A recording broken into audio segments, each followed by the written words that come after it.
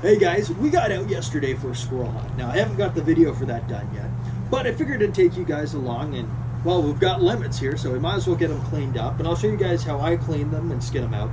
And we'll go on inside there, and I'll show you actually how I cook these up. There's many different ways to do this, but this is just one of my favorites.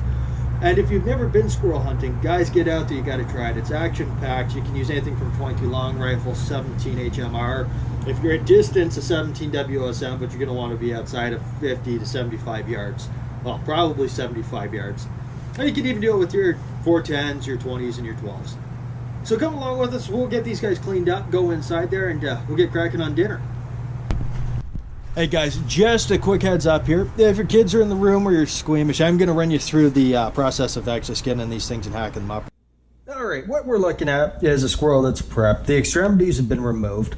The way I do this is I basically use a small hatchet and a chopping block. So we got this guy here. What we're going to do is we're going to take our Kershaw starter. That's Kershaw starter. By the way, guys, these are way too heavy. I wouldn't recommend actually picking these things up. This thing weighs like 5-6 ounces. Nice and sharp though, and it's a nice skinning knife. As I just pinch the hair in the back and I go in under there. And until I get a little slit there. These guys are frozen too, so this is making it a little more difficult. So you can get your fingers in. And you make that a little bit bigger, and then you just rip.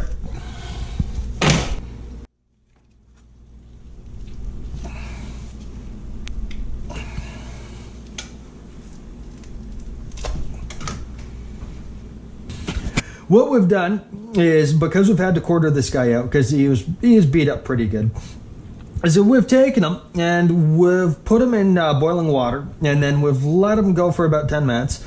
Changed the water, that got rid of the rest of the fuzz. So what we now have here is defuzzed squirrel. We're just bringing it up to a simmer here. Actually, a touch more on that probably isn't going to hurt. Maybe a 3 or a 4. It's going to have to go at this for about an hour. This is going to tenderize it. So what we're going to do to enhance the flavor of our squirrel here is going to add a little bit of the secret ingredient. This is the 40 Creek copper pot. Now, 40 Creek itself works great, and I used to be a Crown drinker forever and ever, and then I found 40 Creek. It's still right here in Ontario, and it's an absolutely amazing whiskey, and it's actually fairly well priced too. So if you haven't tried 40 Creek and you're a whiskey guy, definitely give it a try. Their copper pot comes out about Christmas time every year, and we're just going to give her a little splash in here, a little extra flavor. Yeah. So we're going to give it a liberal dose into that. Then we're going to let it simmer for about an hour. Alright guys, we've reached the point where most of these quarters are starting to float. So what we're going to do is we're going to drain off the water and get ready to do a little pan fry here. Now remember, don't use metal or anything sharp in a non-stick pan or your wife will kill you. Now this is where you got to be careful, but you can actually make this into a butter sauce.